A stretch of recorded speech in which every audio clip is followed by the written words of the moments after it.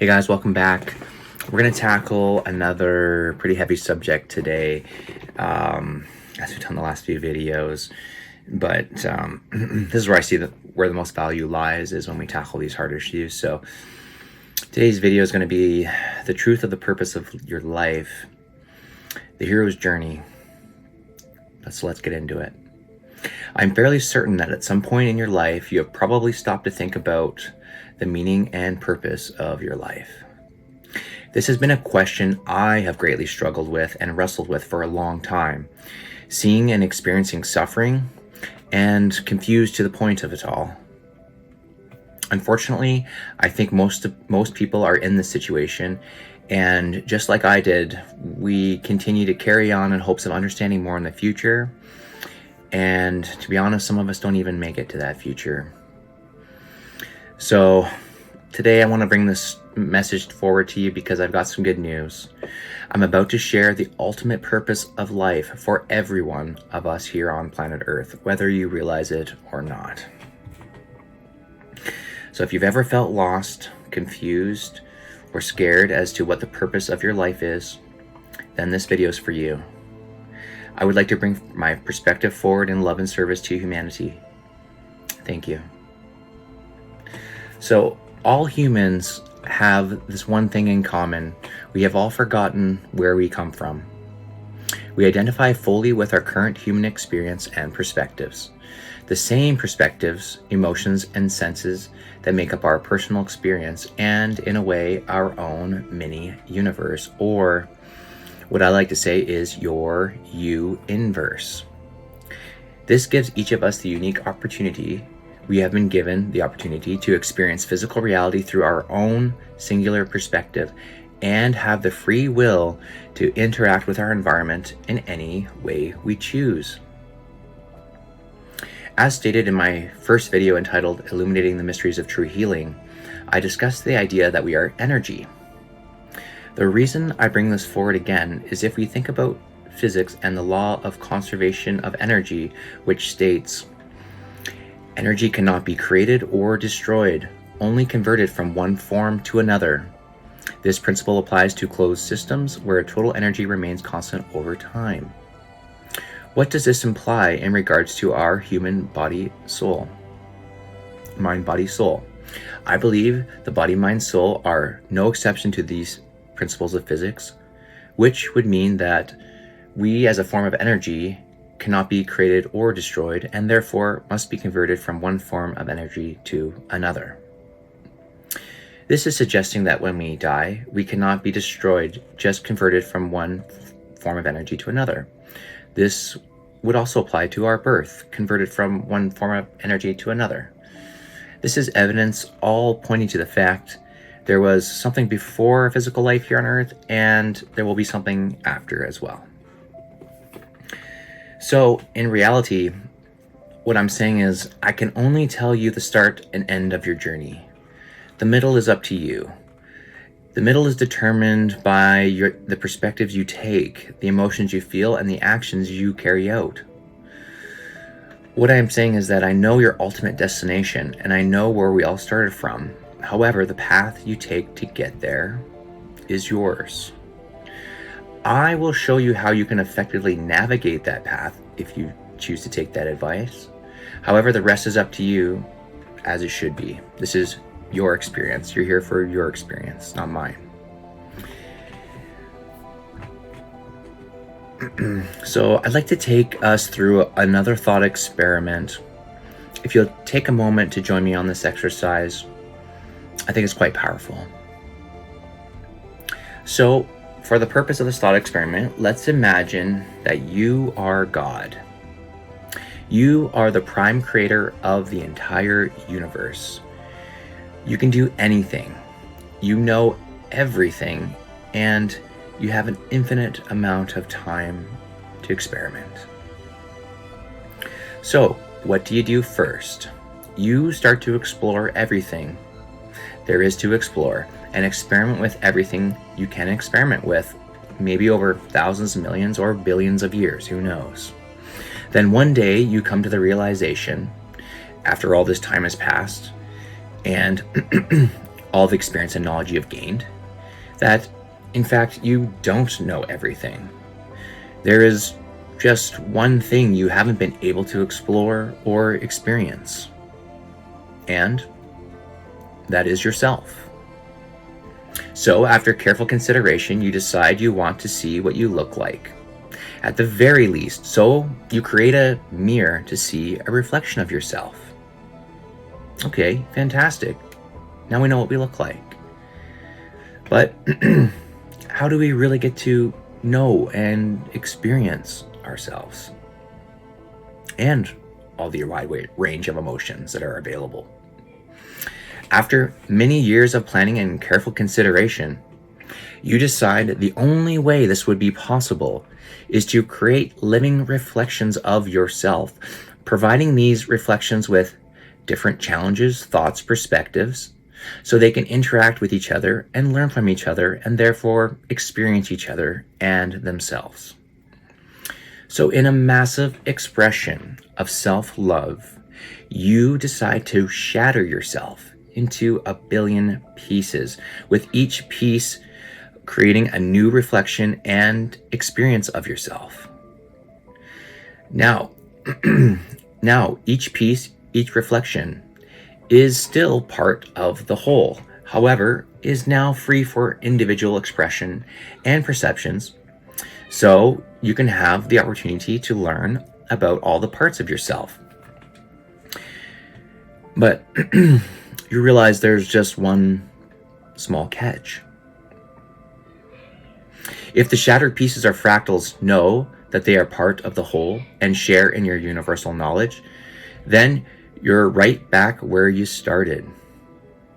You would need to limit the individual's perspectives, knowledge, and understandings in order for the fractals to experience and learn about themselves and their environment, to go on a journey of discovery, of learning about oneself and experiencing oneself. You must first forget if you want to remember. And the only way to truly know is to experience and feel. Therefore, you decide that all the fractals must be restricted to certain knowledge, experience, and perspectives to then, over time, uncover the truth. One thing you decide right away is that in your universe, you don't want any of your fractals to experience suffering or lower state emotions. So you create an environment where there's no suffering. No suffering can exist. And it sounds like a great idea. However, to your surprise, the fractals in that experience decide that the experience of non-suffering and the experience of only higher state emotions is really nice and a great place to be, and we're not motivated to learn more about their environment, about themselves, or their purpose or place in the experiment, because everything was fine as is. So, this surprises you. However, you realize that for a fractal to self-reflect and learn in this physical experience and desire to uncover a deeper meaning, then it is actually helpful to include suffering as an available experience, to only be used as a method of teaching and motivation. So, after careful consideration, out of love, you decide to allow suffering in your universe because you've learned that it will only assist each fractal in finding the truth. Now you watch and observe your universe, learning from each fractal's experience as all the possible combinations, permutations, and experiences are played out by each fractal in your universe, exploring each path to its deepest depths. Now, let's end the thought experiment here and come back to reality. And thank you for letting me take you on that experience. Now, from that story, what I am suggesting is that I am one of these fractals, just like yourself, and our journey here is to discover who we are, where we came from, and ultimately how to return. Here is the key. We all started from the same place, as innocent babies in our mother's womb, connected directly to our source of life, our source of love. We were born into this world, our cords were cut, and we were separated from our source, becoming a fractal ready for our experience. As we navigate our lives, we think we begin to understand the world and our place in it. However, we have forgotten where we came from and what we really are. The events and perceptions of each fractal will be unique. However, the destination for all is the same: to return back to our original truth and source, which is Prime Creator. And from my perspective, Prime Creator or God equals love. Ultimately, you are here to decide what you prefer and express it in physical reality to demonstrate your knowledge, love, acceptance, compassion of each fractal and each other. Or you could choose the alternate and have the ability to decide to demonstrate and play out fear, anger, hate, etc. Our 3D world is full of dualistic experiences, good versus evil. However, is that the actual truth of reality, or is that just a designed experience so we can choose what we prefer? And if we are just fractals of the whole, separated for an experience, then the only way we could reconnect with the other pieces and become a part of the whole would be to work together in cooperation, understanding, and honoring each piece, each fractal as the whole. Ultimately, unconditionally loving each other, each fractal, as each fractal unconditionally loves itself and others. So, there's your answer. You are ultimately here to realize that we came from the same place of unconditional love, to only have a separate experience to decide and return to that conclusion and place of unconditional love. It sounds a little confusing and maybe overwhelming. Each of us are here to navigate an individual experience to find unconditional love. How would one even go about this? Well, each experience in your life gives you the opportunity to have a response. And depending on your response, this will dictate your direction in life. So here's the trick. Listen up.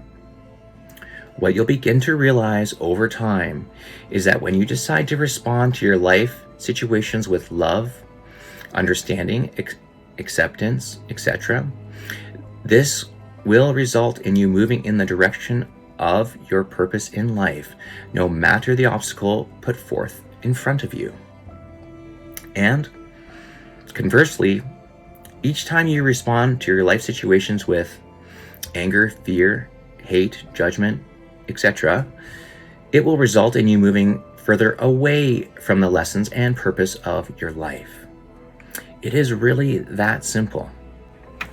Find peace in the understanding that in the end you will find the unconditional love you are searching for if you continue to choose love at each juncture of your experience. The real question here is, when will you become conscious to the fact that you are the hero of your own journey? And if you are the hero, you better start acting like a hero. With purpose, conviction, integrity, honor, and in service to others, you can become the hero you have been waiting for. And the coolest thing is, you have the opportunity to do this each and every day.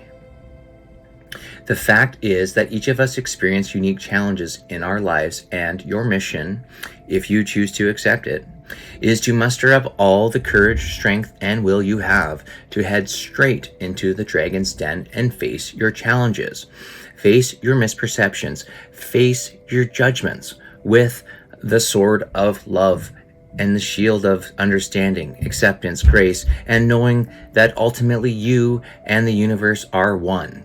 And therefore, there is nothing standing in your way of heaven and unconditional love except for yourself. The sooner you make the choice to face your dragons, the sooner you will have the opportunity to show yourself and the universe what you are deciding to act out in your reality. Are you choosing fear, anxiety, anger, running away from your challenges? Or alternatively, are you honoring and loving yourself enough to know that facing your dragons leads to a greater experience, more understanding, more knowledge, and an overall better understanding of yourself and the universe, and thus bringing you closer to the truth? Much love to you all.